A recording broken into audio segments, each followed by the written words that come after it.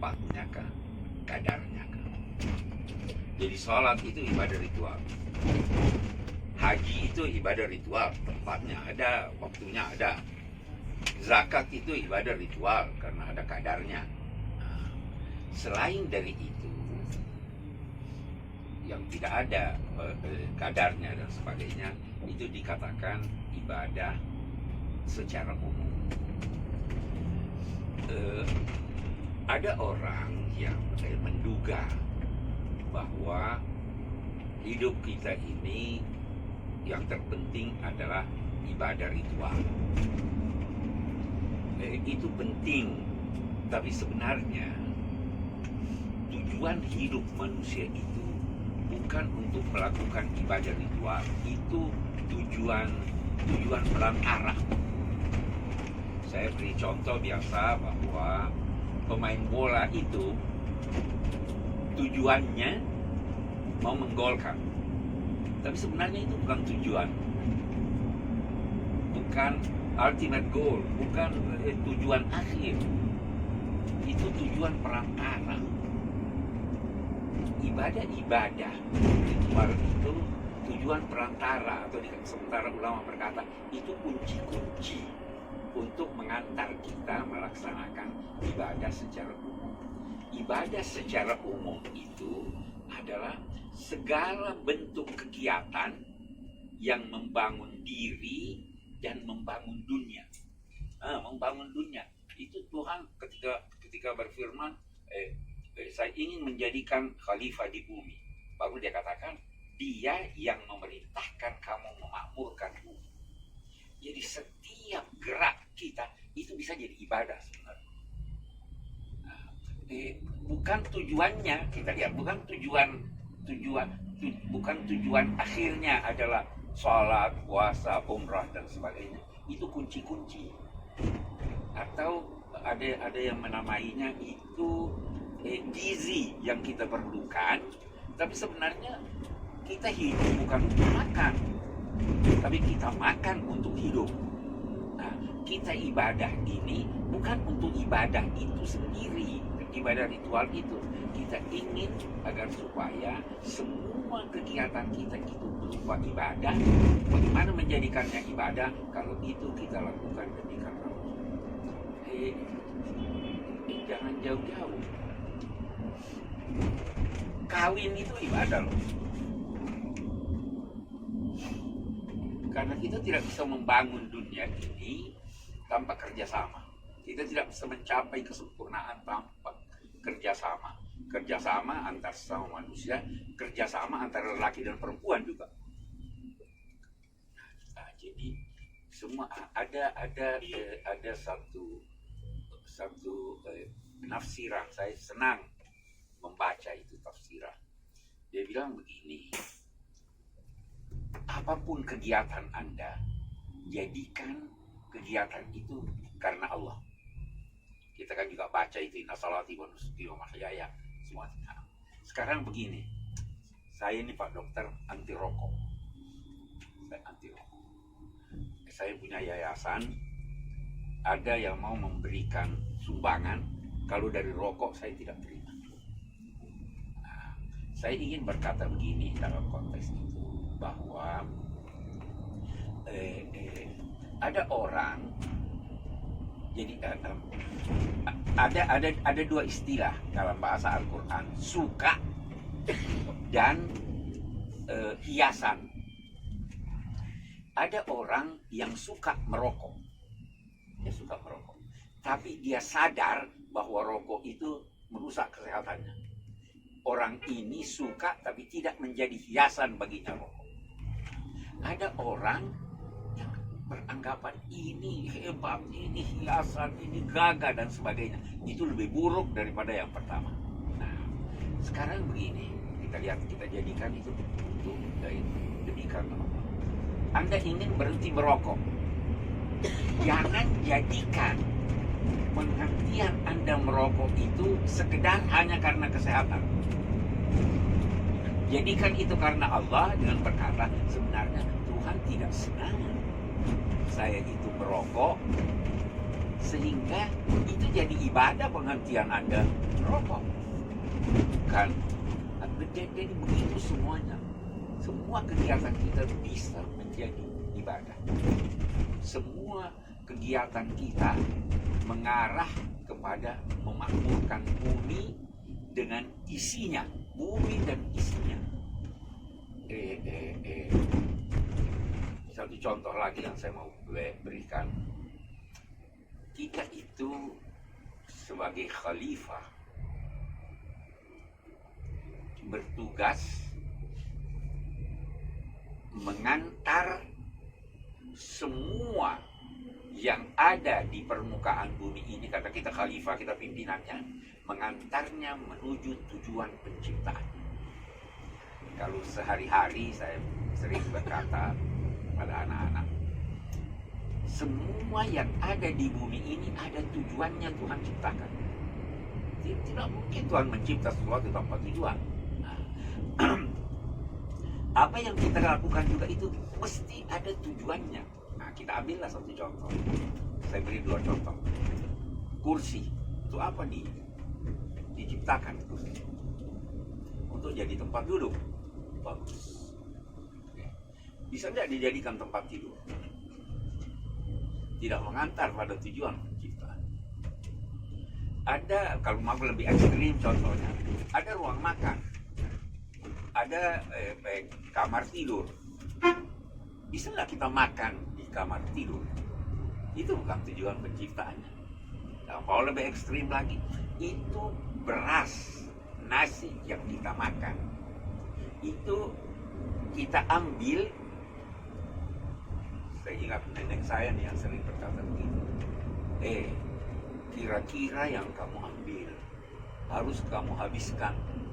Kalau kurang, boleh tambah, tapi jangan sisakan sesuatu walau sebutir pun, karena tujuan dia diciptakan untuk dimakan.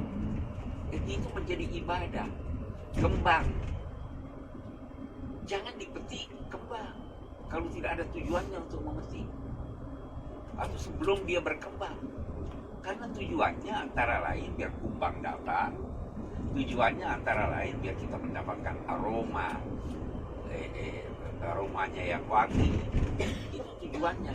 Jadi kita semua apa yang diciptakan Tuhan itu kita harus antar kepada tujuan penciptaannya. Begitu juga terhadap kita manusia. Nah, saya beri contoh lagi. Saya diberi biji. Biji itu untuk apa toh? Untuk dipakai. Nah, ada tempatnya memakainya? Ada. Nah, di kepala. Kalau Anda gunakan biji untuk jadi penggosok sepatu, Anda berdosa. Karena bukan itu tujuan dia diciptakan. Nah, kita kalau mau yang lebih besar lagi, laut, untuk apa Tuhan ciptakan? Di Quran dikatakan supaya kapal-kapal berlayar, supaya kamu dapat memanfaatkan ikan-ikan yang ada di sana, supaya kamu dapat memanfaatkan mutiara-mutiaranya. Kalau dibiarkan begitu saja, itu kita berdosa. Itu ibadah. Jadi semua kegiatan Anda bisa jadi ibadah. Marah sama istri juga bisa jadi ibadah. Bukan cuma bercumbu sama istri jadi ibadah. Biar istri-istri jangan kan. Nah, karena apa? Karena menasehati kita, itu ibadah. Nah, tujuan hidup kita, kalau di Quran itu dikatakan, saya tidak menciptakan manusia dan jin kecuali untuk beribadah. Banyak yang salah paham. Sehingga apa? Kita pikirnya, oh kita mau sholat, kita mau puasa. Tidak ibadah secara umum. Nah, karena itu juga saya beri contoh, atau mungkin saya pernah katakan sudah, bahwa hidup kita ini bukan hanya buat sholat. Bukan. Sholat tahajud itu bagus. Tetapi kalau orang sholat tahajud malam, besoknya dia terlambat buka kantornya karena capek, itu dosanya bisa. Karena itu tujuan hidup itu begitu. Kita tidak ingin terkompatasi ibadah atau tujuan hidup hanya dalam bentuk ibadah ritual.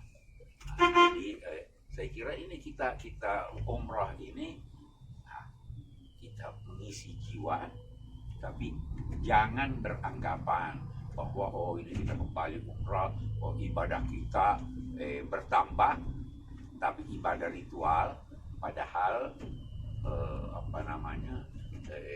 ibadah sosial kita, upaya kita untuk membangun dunia ini menjadi terbengkalai atau berkurang. Ada satu lagi, sudah 10 menit atau belum? Belum. Saya ingin tidak apa, kita sudah satu keluarga. Saya ini beda dengan ibu. Ibu ini senangnya sholat, ngaji, tahajud. Saya baru tahajud kalau bangun nonton bola. Ya, saya tulis itu karena saya malu pada Tuhan bahwa kok bisa bangun nonton bola, kok tidak tahajud. Ya. Jadi waktu jedah itu saya tahajud, saya sholat, saya ibadah. Tetapi saya selalu bilang, kebaikan itu bukan cuma tahajud, ada yang lain yang bisa jadi pengganti dari tahajud. Nah, saya hidup saya dia tahu, saya punya istri kedua. Saya sering tidur, saya ajak tidur bersama istri kedua saya. Nah, istri kedua saya itu saya hidup dengan buku, saya hidup dengan menulis. Nah, saya katakan karena kurang tahajud saya, hobi saya nulis. Saya harap itu bisa mengimbangi ini. Nah, jadi begitu juga bapak-bapak itu, jangan terlalu, bahkan kalau kita baca Al-Quran itu jelas sekali. Nabi itu wahyu kedua atau wahyu ketiga. Nabi diperintahkan bangun malam lah sholat.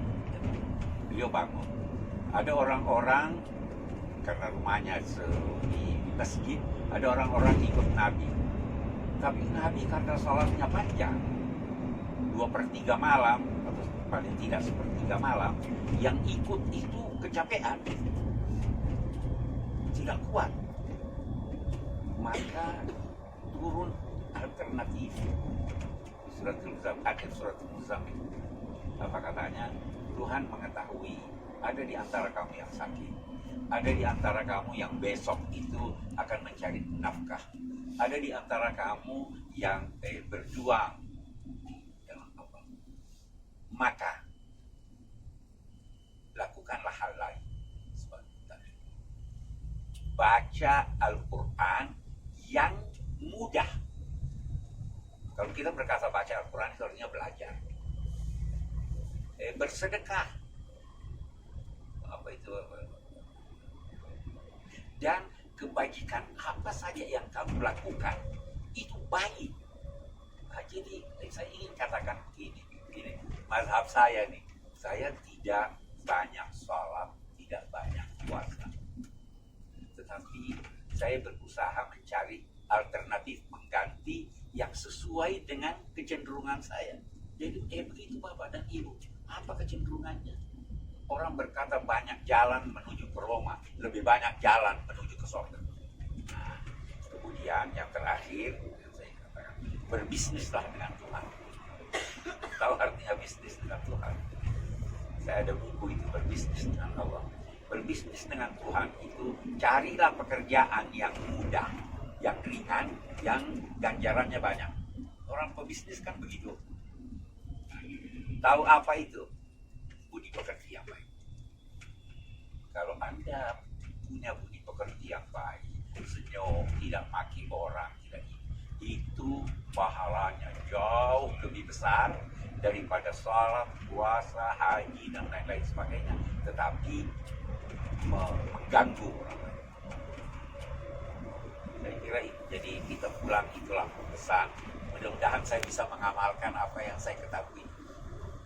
Saya kira dan kita berdoa, mudah-mudahan